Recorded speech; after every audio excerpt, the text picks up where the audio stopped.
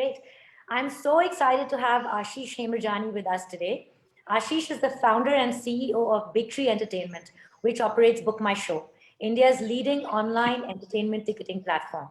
Started in 2007, BookMyShow truly embodies the spirit of entrepreneurship and how a simple idea can go a long way in resolving a pertinent problem. You want tickets for movies, sports, any live events? Book My Show is your seamless and efficient one-stop shop. Besides running his business, Ashish also invests his energy in nurturing and the next generation of leaders and entrepreneurs, both within and outside his organization. Book My Show also gives back to society in various ways, such as their Book a Smile initiative, where 1 rupee from every ticket sold has positively impacted millions of lives around the country. Ashish, we started the Uplearn Academy during the lockdown period to keep our network of more than a lakh students around India, thousands of teachers and other stakeholders informed and motivated during these uncertain times. We have had stalwarts in their fields speaking on relevant topics like spirituality, wellness, mental health, law, and cybersecurity. Our latest series is on inspiring entrepreneurial dreams. And as we have a lot of budding young entrepreneurs in our schools and universities, your story is particularly inspiring. So, welcome, Ashish, and thank you so much for taking out the time to speak to us. Well, thank you. It's my pleasure to be here. Fabulous. So, Ashish, Book My Show is such a cool concept. I personally use it all the time, and through it, I'm also informed about all the good plays and movies that are happening in my city. So, I use it not just as a platform to buy tickets, but also as my personal little black book of events for my city. How did you come up with this idea and how did you execute it? Well, the truth or the polite version? Absolute truth, please. Okay. So basically, look, I'm the Forrest Gump guy. I was born and raised in Bombay, and I've lived here all my life. And I finished my MBA and I was working for J. Walter Thompson, which is the advertising agency. It used to be called Hindustan Thompson Associates. And the challenge for me, and I was loving my job. I mean, I loved it at that time and I was crushing it. It was great. Uh, the problem for me was that uh, it was a smoking office. And so I don't know if you've seen the series Mad Men, Yeah. but everybody used to smoke in the office. And in that time in India, offices had smoking and ITC was the client. And the person in front of me, to the left, right of me, everybody smoked. And it sort of got to me, but I said I wanted some time off. So I took a backpacking trip. At that time, I spent 63,000 rupees, I remember, on an air ticket, my holiday, my backpacking trip for 4 weeks, all of it put together. And I was with two friends of mine who joined me on this trip. And we went to South Africa, Zimbabwe, and Botswana. While we were backpacking from Joburg to Cape Town, at Storms River Valley, under a big tree, I heard a radio commercial trying to sell rugby tickets online.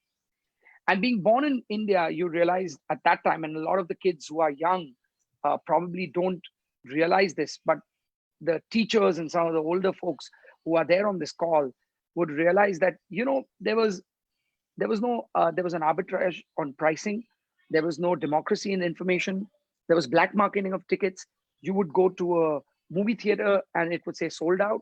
And there were pigeonholes for all the movie theaters, and you had to either stand in the current or the advanced line. And within that, there were sublines of current, dress circle, balcony, or stall. And if you were standing in a certain line and the tickets were over, then you'd have to get out of the line and stand in another line. It was bizarre, right? Mhm. And you had these paper tickets with pigeonholes. You were almost mistreated, that you were the thief. And you would go there and put your money, and the guy would first wait for the money, and you'd put your hand, and with a pan chewing guy who would tell you what your seat was. I mean, it Right. was a unheard of experience to anybody across the world. But we were so used to it, it was normal behavior. And you would stand overnight, get lathi charged by the cops, to stand in a line for a cricket game at Wankhede or CCI, to be told when you reach the box office in the morning that it's the tickets are sold out, and then there would be scalpers and black marketers who would sell tickets. And here I was listening to a radio commercial trying to sell rugby tickets online, which said if you buy online, you'd get them cheaper, you'd be able to jump the queue, you would get a discount code for merchandise, and they were truly treating you like a consumer should be treated. And Right. I said, wow, it was a revelation for me. But anyways, I continued down my journey and I reached Cape Town. And at Cape Town, as this idea was sort of going in my head, um, Cape Town is like the Napa of South Africa. You get free wine tasting, you go to different vineyards. And I'm a Sindhi, I love anything free. You get free wine. And I kept drinking from 11, not that the kids should. I'm just giving you my example. From 11 in the morning to 3 in the afternoon, I was like sort of drinking wine. I must have had some 20 short glasses of wine. I wasn't spitting it.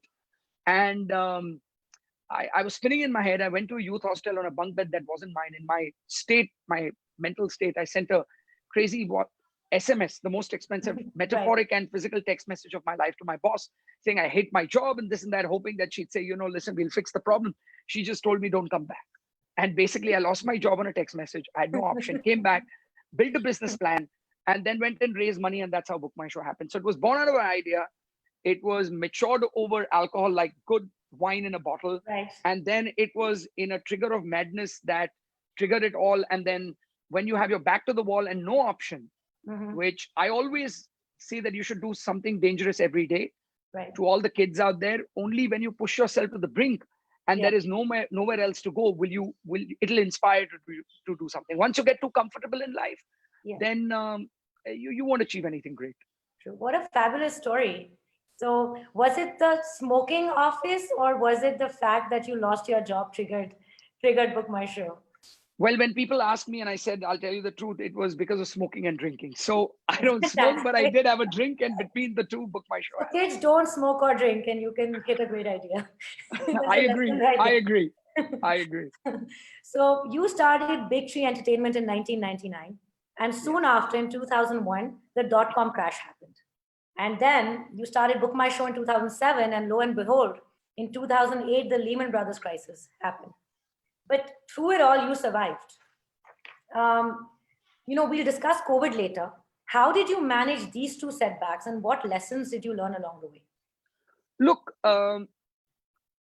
like I said, I'm the Forrest Gump guy. I'm Destiny's Child, right? I don't take anything too seriously. I don't take life too seriously. I think life's too short to pull yourself down on taking it too seriously. I mean, you're literally in the karmic cycle of life.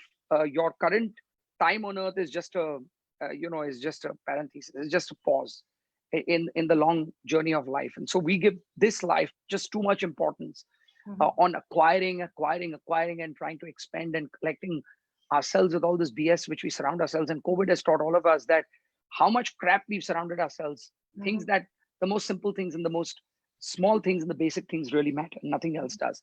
So 1999 we were way before our time.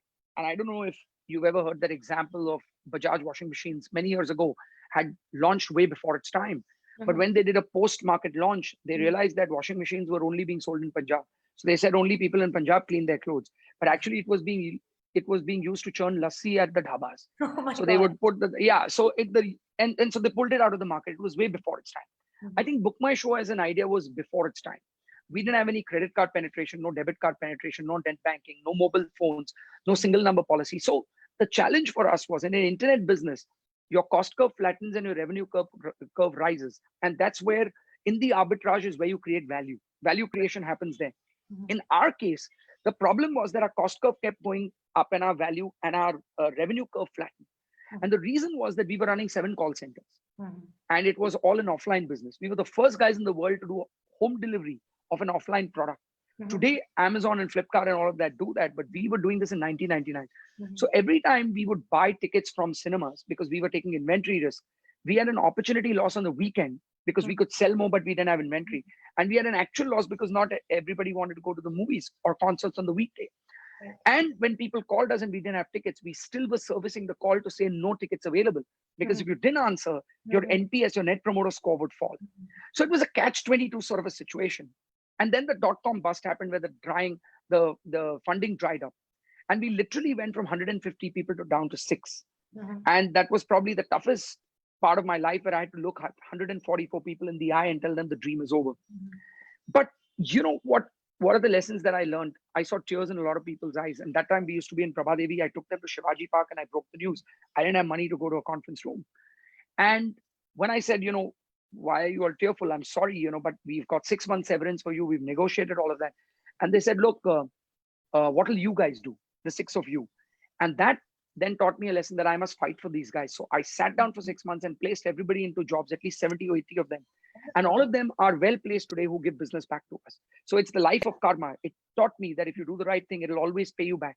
If not today, however long it takes. But if it comes back later, it'll come back with compounding interest, for worse or for better. So believe in karma quite a bit. The other thing that happened was when that dot-com bust happened, no university anywhere in the world, whether it's GD Goenka or whether it's Harvard or it's MIT, it will not teach you life lessons. So it's very important for you to learn life lessons, or for your parents or teachers to imbibe and teach those life lessons, where you give money, let that value and that consciousness come within the students rather than you trying to teach it through only lessons. And life lessons are so much more important because you end up making those mistakes and learning from them. As long as you had a mentor or somebody to guide you. I still remember 2002, we moved to a 136 square foot apartment in Bandra. And I remember my meal for the next 2 years was a Bombay sandwich on the road. And because it wasn't enough to fill your stomach, in Bombay, the guy will always give you 2 puris extra, will give you jam with butter or whatever. Because we were eating every day, the 6 of us, the guy would give us potato with masala on top, and he'd give us a jam sandwich with bread butter. And that was good enough to fill our stomach for the next, for lunch. And we didn't have the money. I would today you take a flight to New York, do 2 meetings, come back. At that time, I remember I used to take the August Kranti Express to Delhi. And I would take the 4 o'clock train, reach Delhi, get ready at the station, go do 5 or 6 client meetings, take the train back. And I would save money on 2 nights, stay in a hotel. But I would still achieve my meetings. And I remember I couldn't pay money for a monthly charge for the phone. Today, it's so easy to get a mobile phone. So we used to use a phone booth on the road. And our clients would ask, why is it so noisy? And we'd say, oh, our office is very busy. It was dead as a doorknob. There was nobody in office. But it taught you the value of being conscious about the amount of money that you're spending, about keeping a low ego and desire, being true to your cause, having the perseverance and commitment. And a cause, there's nothing greater than a cause. The byproduct is the money that you make, or the byproduct is the valuation. You run out of that, it's going to elude you. So that always is the byproduct of excellence, of perseverance, of a goal that you have to achieve. And for us, the consumer journey, or solving a consumer problem and keeping the consumer at the center of our universe, has always been our DNA for the last 21 years. Started the company when I was 24. I'm 46 today, and that hasn't changed for all of us in the organization. And sometimes I always tell people the other lesson is not about how you play. It's about where you play and when you play. It's about the timing of the game and when you play the game.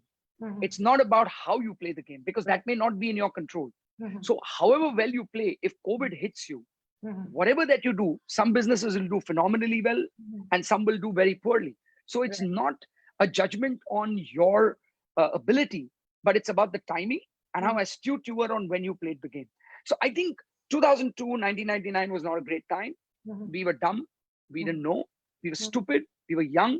But luckily, we had that length of time to make our mistakes. And then from 2002, we flipped the model to actually becoming a B2B model. So a lot of the kids know what B2B and B2C is, which is, in their parlance, is business to business, business to consumers. For me, it was back to banking and back to consultancy. In 2002, everybody was going back to banking and consultancy. Internet was a bad word, right? Nobody wanted to be in the internet world. Only the backbenchers wanted to be there. By 2007, the timing and the market changed. So anybody who started a business in 2007 was much better. And then, of course, the 2008 GFC and the Lehman Brothers happened. We went through that, but we were better prepared because we were battle hardened by the crisis of 2002. And when COVID has happened, we are even more battle hardened because all those life lessons that we've learned at that time, our memory bank is still fresh, that we will never make those mistakes again. So that's why you have to go through some of these life lessons to be able to take those decisions in a timely manner. Right. Great. Some great lessons over there, Ashish. So with rapid increase in internet connectivity and cheap availability of mobile phones, the online game has changed in India in the last 5-10 years. How has this impacted the consumer behavior, you think? Look, yes and no. When you are a market leader, you have to change consumer behavior. It's up to you. So the unfortunate part is that you are creating the jet stream. You are cutting through, and the resistance for you is the maximum. Because if you're a market leader, like you might be in your educational institutes, you are creating the market for tier 2, North India, East India, wherever, you have 100,000 students. but people after you it'll become easier for them, right? And so it's almost like a Formula One car. The car behind who's in the jet stream actually uses 20% less energy, and he has the ability to take over the other guy. So you have to be very careful when you do it. Yeah. So I think for us, it was exactly the same, that we were creating the market. And it was very important for us to stay ahead of the curve and know consumer insights to be able to have consumer centricity to build a business around it. And that's very, very important for you to constantly have high agency, high empathy, and have a high NPS score, which is the testament to how many people will actually promote your business. So for us, movie tickets was a great flywheel in India because, you know, consumers love the movies in India. We have 2.5 billion people that go to the movies, which is all of Africa, Middle East, North America, and Europe put together. You have only 12 screens per million people in India, as opposed to 120 screens per million people in the US. The average ticket price in India used to be only 33 cents. Today, it's about $1.50, $1.70. But in multiplexes, the average ticket price is about $4 to $5. And those were great metrics where it is still very underpenetrated, underserved market. But we were trying to solve a need. Again, from a market perspective that you mentioned to me, you know, people know India as many states. India is not one country. It's an idea of a nation. Every state has different culture, different food, different smell, different sounds, different, you know, everything changes as you change the state border. It's almost like Europe, but we are America. It's one country. But I look at India and slice and dice it very differently. And I may be politically incorrect here, but I say the top 100 million Indians. I don't mean top, but the first 100 million Indians, I call them the United Kingdom of India. People like you and me go to private schools, can go to GD Goenka. We can, we speak in English. We have private healthcare. We have private education. And that's the 100 million Indians. And of course, within that, there's a super rich segment, but it's 100 million Indians, which is the United Kingdom of India. There's 400 million Indians, which I call the Brazil of India, who speak the local language and at best might speak in English. But they are the emerging middle class. And that is, I call the Brazil of India. And then I call the Africa of India, which is 700 million Indians who are undernourished and underserved. And because of the douchebags like us, the 100 million on top, who never allow those 700 million to ever come up. So if you look at India, that's how India is divided. You've got to figure out where your product, your service, on where does it cater. So Jio today is catering to the Brazil of India, which is 400 million Indians. And in 2 years, they've been able to take that market. TikTok catered to that, but Insta catered to the 100 million. So even it's disproportionate to the revenue versus the numbers. And you've got to figure out where your products, where your services, who are you catering for? And that is a very simplified version.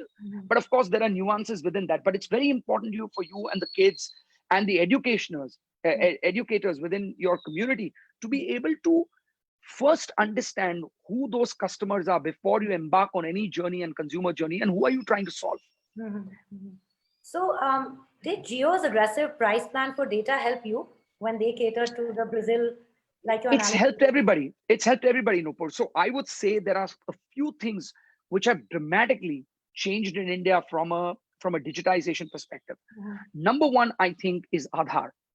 I think getting an identity has been the greatest revolution and the greatest disruption a country has seen, or any market in the world has seen. We're a democratically elected country. To be able to pull that off has been short of phenomenal. It is over 1 billion people now have an identity on the back of which financial services, connectivity, data, getting a connection, anything can sit on the back of those billion identifications. So that's number one. The other thing I think that has made a big difference, I think very few people give it credit, is the UPI, United Payments Interface. The world has always worked in cash, and then the world has worked with credit card and debit card. Very old tech, it's dead. Okay. I think UPI has been the biggest disruptor which this government actually put into place. I think it's phenomenal. Where a bank-to-bank consortium of banks talks, whether you use anybody, whether it's Google Pay, whether it's Phone Pay, whether it's Paytm, anybody can sit on top of UPI, and there's no interchange fee, right? In debit card, it's 0.75, and credit card, it's 1.25. On online transactions, it's 1.8 to 2%. This is zero, and it's your money going directly. It has brought financial inclusion like no other, and there is so much data going through NPCI right now. It's close to about 170 million transactions today on a daily basis, which is phenomenal. So that's been the other big disruption. And the third, obviously, has been Jio. I mean, look at 400 million Indians, which were completely underserved. So our data stopped at about 100, 150 million people, and that too poor data connectivity. And then suddenly Geo comes along and adds 400 million new data connections at that speed. And it's spawned off a new industry, whether it's to do with gaming, with television, OTT, and businesses like ours or anybody else's, including yours, which is education, online education. So I think these three big things, and the fact that the GDP has been growing at whatever rate that it has, there's this emerging middle class, all of that adds up. So no one person can claim responsibility or success for what's going on in India, but it's these big building blocks which are forming the foundation of what's still to come. So you should always have deep respect for history, but you should always have one eye on the future. And I think that's what we should always do, have this deep respect for our culture and our demographics and our history and the nuances that make India so special. But more importantly is the future where we're headed. Right. Also demonetization and GST to a certain extent. Yeah. For sure. Those are other two big building blocks. I think GST has helped a lot of businesses, and I think GST has been phenomenal, where it's made the unified tax code so simplified and easy and demystified it, right? And spawned so many new businesses, which can now become a part of the whole economy rather than be outside of the economy. And then obviously there is demonetization. Right. It's just been that trigger or the catalyst that was needed for people. Eventually it would have got there, but this whole parallel economy has really dramatically changed ever since demon happened. Right. So I think these are phenomenal building blocks. So I have a fun question here from a university student. He's like, there's a joke which goes around that India is the only country where people look at BookMyShow for availability, but some don't buy tickets because there's no cash option available. Is that true? Look, well, sure. But what I've realized that when I had an option to say that BookMyShow will have a login, I would get every consumer to log in, do an F Connect, do a G Connect, all of that. And I realized that, look, growing up in India, there was so much friction. I realized that you've got to remove the friction first. So I keep telling people we're running a coffee shop. If you go to Starbucks or Cafe Coffee Day and you say, give me an Americano, a hot, small Americano, he says, sure. The barista makes the coffee, gives it to you, pay the money. He doesn't ask you for your pop's name, your mother's name, your gender, which education institute. Why should I tell consumers, ask them for all of that information and create friction? I let every consumer use the site freely, even though we are giving them information. Up to the point they want to buy, if they choose to buy it. If they think the service is worth it, they will pay a premium, and they will pay with a credit card, debit card, UPI, net banking, or a wallet. We made it very easy. The reason we don't do cash is because there's too much friction in cash. And on a per unit basis, operationally, you will never make money on cash. Cash is just way too expensive to manage. So when you look at the e-com guys, the best of the best e-com guys still have 50% cash on delivery. And the other e-com guys have about 70 to 80%, 70 to 75% cash on delivery. On a per unit economic basis, they'll never make money because cash handling is just too expensive. So like I said, let somebody else create the market. We are in the slipstream behind. We're using less energy to be able to overtake.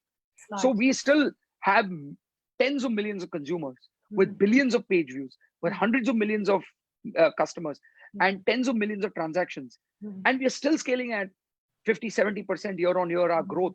I just feel that once the market matures, you'll have a lot more from Brazil of India coming into the United Kingdom of India. I just don't think we're ready for cash because it's just way too expensive. Do you think the market penetration for you is now reaching the Africa of India as well with availability of products? Not yet. We are still operating in the United Kingdom of India. Not even with Brazil. Not really, because even within urban centers, you have these three segments. I mean, look at us. We may live in apartments. We may be the United Kingdom of India, but then you have your emerging middle class, your delivery guys who are Brazil of India. And then you have an even poorer section, unfortunately, socioeconomically weaker, who's the Africa of India, all living in a 1 kilometer radius. And that's what respect you have to have within the country, where these are life lessons which no other country can teach you. And for kids to realize that respect. And I think with BookMyShow, we're still operating with 100 million. And maybe in some pockets, maybe the Brazil of India, we operate in 660 cities and towns. In spite of that, we're operating only in the United Kingdom of India. Wow, fantastic. So, you have said in many interviews that cinema and sports has always been the fabric of India. And, it's air conditioned and it's indoors. We Indians love that. And for a lot of Indians, it's a way to escape harsh realities of life, really, to be able to sit in a space like that. You also said in an interview that 76% of economic value of entertainment comes from the cinema. But COVID and even up to a large extent pre-COVID changed that with cheaper internet connectivity and subscription services like Netflix and Prime. You get months of entertainment at the price of a few tickets sometimes for PVR tickets. How will this disruption affect the future of cinemas? Do you think COVID has killed cinema? No, I think right now it is, I call this the germophobia economy. Everybody's nervous, right? Everybody's scared. Once this ends well and truly, and the writing is on the wall, you don't know, nobody knows, nobody's a soothsayer or fortune teller, but it's going to take time by the time it ends. And we are ultra conservative by the time I think it'll end. But once it does, we will go from a germophobia economy to a claustrophobia economy. And I think humans are social animals. We all are desperate to get out. People are cooped up. They are all desperate to get out. I just feel that while there are tailwinds for OTT content at home, and this will continue, which is great, I don't think it can replace going to a movie theater or going to a live entertainment or an event. Even today, the scale and the numbers on subscription paid connections for the top 3 or 4 are minuscule. If you look at the numbers, don't believe the numbers that you read in the press because it's all BS. I think press has a way of just ramping up things. They only talk about the positives. Everybody is a unicorn. They don't talk about the companies that shut down, right? Otherwise, nobody wants to buy their papers. So I just feel that you have to take the good with the bad, and you have to take it with a pinch of salt. I feel that the number of connections which are paid subscription connections are still very little. People like to go out and watch the movies. Both will coexist. Both will exist where people want to go out and watch in a big format, socially, eat the popcorn, have that smell, meet friends. It's a thing to do. And then you will also want to watch TV at home. And you've got to remember, because we have 3% of the world's landmass with 17% of the world's population, you tend to have too much pressure on real estate. And most people have small homes and they feel claustrophobic being at home. Unlike the US, where you've got every family has 4 to 5 bedrooms on an average, and they're homes, they're not apartments. And they have 5 TVs. And they have social distancing and the ability to check out from each other and go. The kid can go in one room, the other kid can go in another room. Parents don't live with their children. Everybody has their own homes. Our social fabric is very different. Most people live with their parents, they have grandparents, they live with children. Usually it's 1 TV at home, or maximum 2. So if there is a dadi watching Ramayana and the kid wants to watch MTV, I mean, how's it even going to work? They need an escape.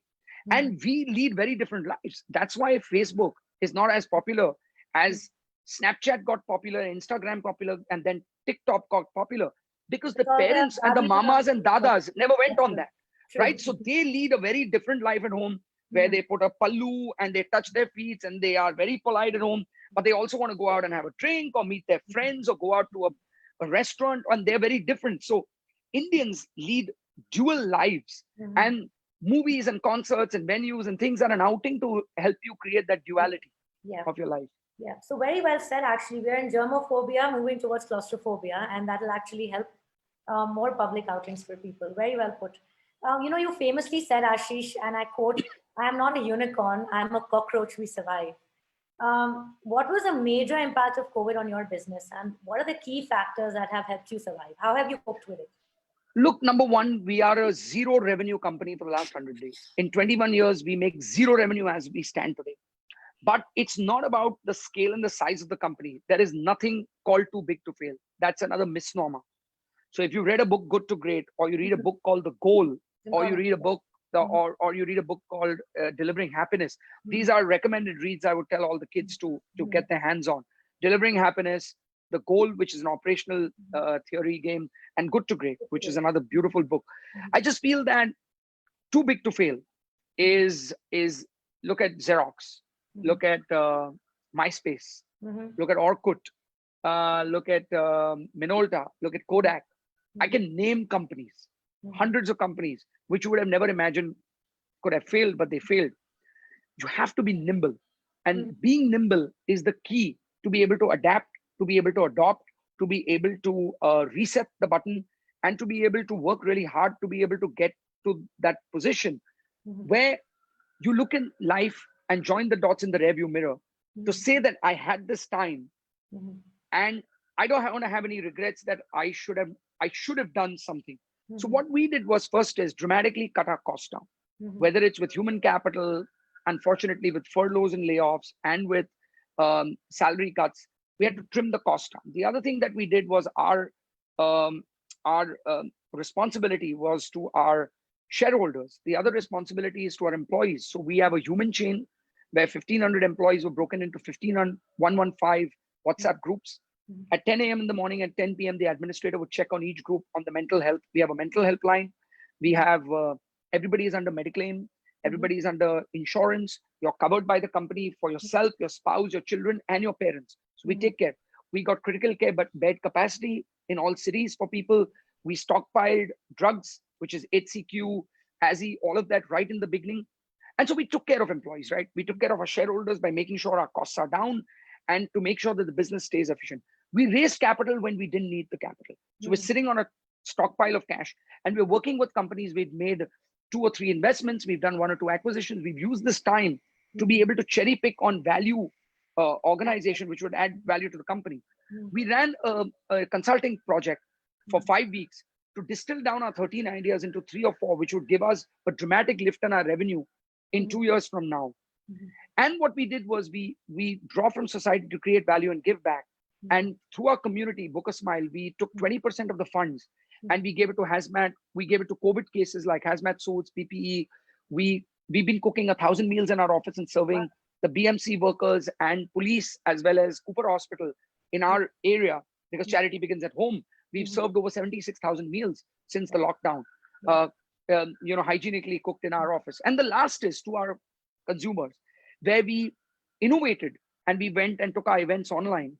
And we, for the first 2.5 months, we did not charge a single rupee, because all these years, for 20 years, consumers paid us. And this was our time to give back when everybody was suffering. We didn't want to profit here from our consumers at all.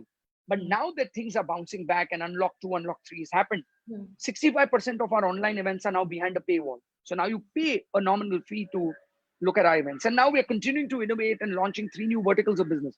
So the analogy that I use, we're a submarine where our nuclear engines are using less power, but we are under the radar.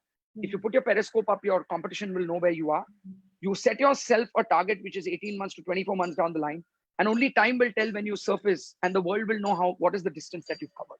So that's the way we look at it, and that's what we're working towards. Another fabulous analogy, Ashish, over there. We have another question from a school student here. What happens to customers' coupons? Do they get expired? No, we will use the moratorium and we'll extend them. But like we've done where we sold shows to Trevor Noah and all our shows, we refunded all the customers. Everybody's money is refunded. We will take those vouchers and we will extend them. We have just ensured that not a single customer's money or anybody's coupons or anything that is with us is not honored once we come out of this period. And we assume that by Diwali, things would start sort of bouncing back. For movies, at least. Live events will take longer. Okay. So when do you think cinemas will open? By Diwali? What will the experience look like? Earlier, but I think there will be social distancing in terms of checkerboard seating. So we will have either some cinemas may take a call and we built the tech to say there will be no box office. You buy online, you come, scan, enter. You'll have alternate seatings with 1 row, alternate alternate rows, or you may have, if you come as a group, as a family, you will be able to sit together, but there will be 2 seats or 1 seat on either side that will be left vacant, and then rows that will be left vacant. There will be only 33% capacity to begin with. Each screen will be sanitized, so there will be longer duration. You will be able to pick up your popcorn untouched by hands, paid online, and it'll be at the beginning of the movie. Maybe the intermission may be cancelled, because then you can fit in more shows, but then alternate screens will be used and filters will be cleaned every 4 hours. So what we're doing is we're doing a revival campaign, and we will be certifying certain cinemas which follow certain SOPs as COVID safe and safety cinemas, so that you will, with confidence, can go back to those cinemas feeling as secure and making sure that you're wearing a mask. Because it's really, basically it's airborne, and you want to make sure that people are not speaking a lot within a closed air-conditioned environment, so that not to transmit the disease to each other. True. So, there are these giants like Amazon in the market, which are basically taking over online retail. Do you think there's any space left in the online retail market? Well, there is always space, because I'll tell you what are the niches. So Amazon caters to a certain type of consumer in India, Mhm. which I would say is the United Kingdom of India, which pays a lot. So it's Mhm. disproportionate, your revenue. And then you have companies which cater to the Brazil of India. And look Mhm. at DMart in the physical world. But if Mhm. you look at Reliance JioMart, which Mhm. is the online mart, they just recently launched. Mhm. They are the number two player in the country today Mhm. in a very short period of time, because they catered to a niche in India, and they knew the niche that they were going after. And that niche is a large niche. Mhm. It's 400 million Indians. Mhm. Eventually, it could even be the Africa of India. But that's where Reliance really said that Mhm. Geo will go and target themselves. So there is always, and everybody said it's done and dusted, right? Mhm. There's Amazon on one side, there's Flipkart on another, there's Snapdeal, and there's Mhm. Paytm Mall, and all of those players. But Mhm. here comes Geo, and they found that niche, they found the product mix, they Mhm. found the right pricing, they got the service right, and they created a business out of nowhere. Again, Mhm. it's this whole jet stream that they're Mhm. sitting behind a guy who's really powering their way through. You're using 20% less fuel, and you can then pump the accelerator to overtake the other guy. It's Right. exactly what has been done. Mhm. So, what inspired you to start Book a Smile, and what sort of impact has it had in the country? Look, I'm not a very religious guy, but Mhm. I'm a student of Vedanta, and my mentor is Adi Kalyaniwala. Mhm. And one of the things, if you look at the Mhm. Gita is basically Krishna's discourse to Arjuna on the battlefield of Mahabharata, good versus evil. Krishna's discourse basically says if your intent is good, then your end goal, if it's clear, your action could be wrong. Mhm. And it doesn't matter. The means doesn't have to, the end goal is important, not the means. So Mhm. if Krishna could do that, basically he was a cheat. Krishna Mhm. was cheat because he kept the sun up in the Mahabharata, Right. and he continued the war while it had to go down at sundown. Right. And then he did insider trading while he was the charioteer for Mhm. Arjun. He gave him the weak spot of Karuna, and he told him where to shoot the arrow. Mhm. So there's a lot of things that Krishna did. If he can do it and he's got God status, I mean, I could cheat as well. So what Mhm. I said was, Indians will never pay, and they're not very charitable. Mhm. Indians just want to acquire and then expend, and they are very selfish, unfortunately. And that comes from the fact that we went through our own struggles Mhm. as a country, Mhm. where we were a very wealthy nation, became a very poor nation, and was a Mhm. closed economy, and everybody just wants to hoard. Mhm. And while the government, we don't have healthcare systems, we don't have education system, and so everybody wants to fend for themselves, Mhm. and it's created this DNA of selfishness. But Mhm. as the wealth comes and as people travel more, you will start getting more and more benevolent, and to do things which are just beyond you. And you'll realize, as social fabric, that if we don't leave something as a legacy, who will? So I said, by doing that, I want to start Book a Smile, which can draw from society, create value, and give back. And while we do our own charity, we have our own voluntary fund. All the people that work at BookMyShow, Book a Smile, are paid. There's no cost that is loaded onto Book a Smile. But when we started an opt-in, nobody was paying any money, right? We were earning like $1,000 and 1,500. Mhm. But what we did when we made it a Times New Roman, gray font, opt Mhm. out, where Mhm. 85% of our customers miss it, the Mhm. opt out, and it's 1 rupee a ticket, which is Mhm. usually 2.5 rupees, 3 rupees a transaction. We collect crores and crores of rupees, Amazing. and all of that money goes into serving communities, and we give that report back to our customers that your contribution built good karma for you without you even knowing it. Fantastic. We Mhm. have Just for Kicks as a program, which is the girls in Dharavi, whose entire soccer program is funded by us. Yuva, which is the only Indian entry which won the Loris Awards in the Loris Awards this year. Their entire soccer program for 300 girls is funded by us, and the 6 of them went for the UEFA Level 1 coaching, and they played with European girls, and they trained for a month. Mhm. The double amputee kid went to the Paralympics, funded by us. Cirque du Soleil, cricket matches. We take kids from orphanages, and we constantly fund in. We don't do food, shelter, clothing, but we do arts, we do music, we do sport, and all of that is funded through this. And it's a complete pass through. We don't keep a single rupee. There is no administrative cost, and everything goes through Book a Smile. That's fantastic. So inspiring, Ashish. So, what advice would you give to budding techpreneurs who are watching this? Try to solve a problem. Most people who want to become techpreneurs or entrepreneurs, I think, have a chip on their shoulder. The Mhm. moment you come from institutes, you think you've done you've done a engineering degree, you've gone to an IIM, or you've done a management, you think you're cat's whiskers. I think be humble, be humane, be a kind person, keep your feet planted to the ground, keep your ears to the ground, understand who your consumers are and the real market dynamics. There is so much in fintech, there's so much in agri-tech. How do you make sure that a farmer's son becomes a farmer? How he's not separated from the land? How do you solve social problems? And there are problems to be solved across through technology and otherwise, through AI, through deep learning, through machine learning. Those could be buzzwords, but try to solve a real human problem. The day you try to disrupt the way something is done and do it through technology, there is value. How do you derive that value? Does it come through you through cash? Does it come through you through valuation? Will it come to you in 6 months? Will it come to you in a year? If you think about exiting your business from the day you sign in, then you should be an investor. You should not be an entrepreneur. An entrepreneur's job is to have passion on building his business. Do you think MDA, which is Mr. Mukesh Ambani, ever thinks of, oh, I've built Reliance to where it is and I'm building Geo to cash out and sell out? He thinks about solving a problem and building a business for life. He's driven by the passion. Or Ratan Tata is built by the passion for drawing from society, creating value and giving back. So why does everybody read the Economic Times and thinks that this is your get rich card? And in 4 years, I'm going to make so much money and I'm going to make billions of dollars. The day you start thinking like that, you're setting yourself up for failure. So the success stories that you hear are only 2 to 3% of the success stories. There are 97% of the people that have failed behind that, which you'll never hear of. So don't set yourself up for failure. Try to really solve a problem which exists and be very humble about learning. And so be a student for life. I mean, I constantly learn from everybody. I mean, constantly talk. There is something to learn from everybody, and then try and imbibe some of that in your own work or life or family or your personality development, whatever it is. And at the end of the day, just be happy. I mean, you should do something that passionately drives you. And it's a marathon. Life's a marathon. It's not a sprint. I mean, I've been doing it for 21 years and I wake up, my Friday evenings are as exciting as Monday mornings. Wow. So I look forward on Friday evenings to have a beer, go out with friends, sail on Saturday. But Sunday evenings, I don't get depressed while most people do. What am I going to do on Monday? On Sunday evening, I'm beaming with ideas on what I want to do on Monday.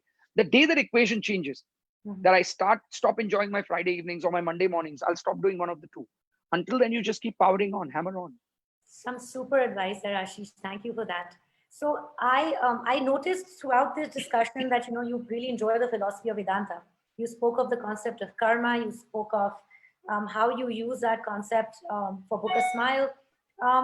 So how have you applied, in which other ways have you applied this ancient knowledge in your life and business? Look, the first thing is that you've got to respect the fact that you are just a small speck in this long journey of life and universe. You've got to remember that karma, when you hit somebody and you get hit back, you can say you were paid back. But if it doesn't come back, it'll come back compounded and it can be very negative and adverse. So always ensure that you know that there is a law of karma. Never actually do anything wrong and follow the path. And if not in this life, you will have to pay back in the next, and you'll get it paid back or you'll have to pay back. So it'll be a part of compounding.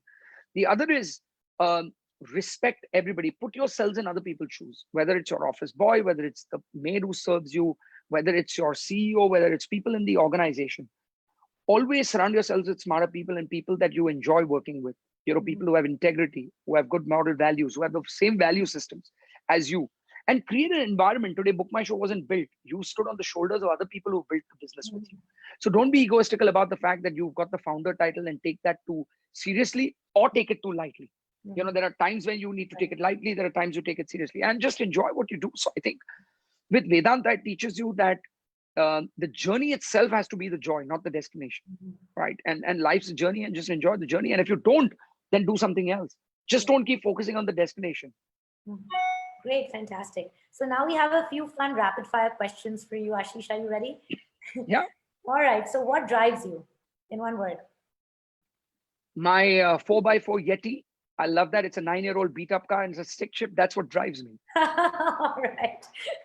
Consumer acquisition or profitability?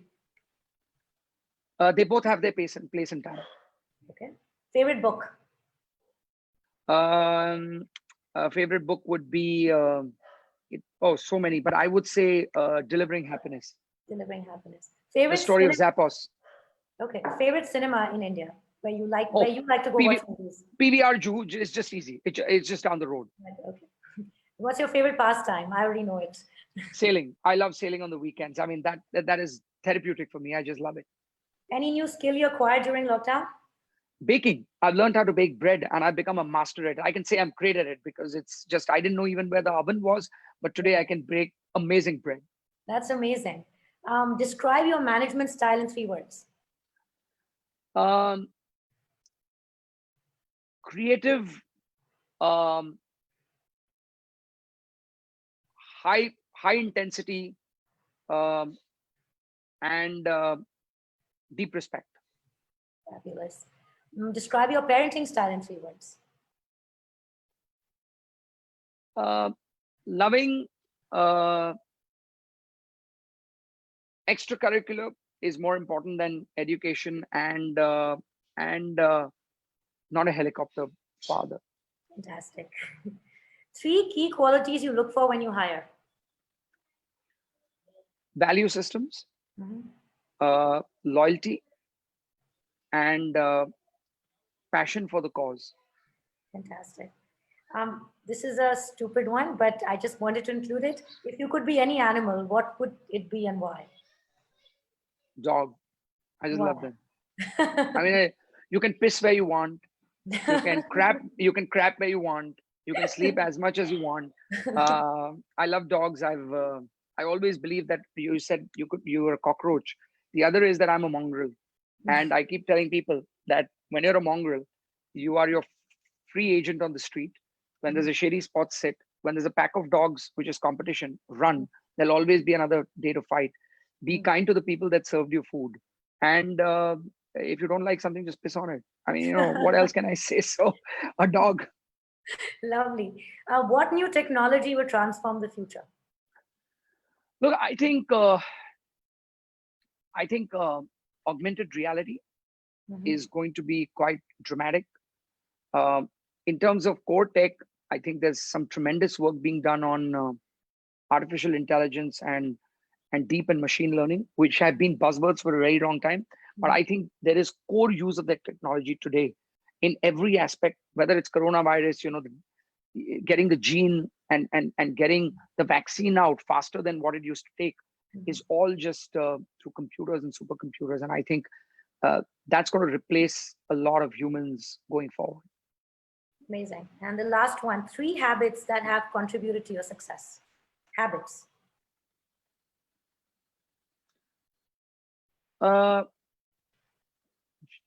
I guess just I don't know what those habits are because I don't have great habits, but I just feel that I am very human centric.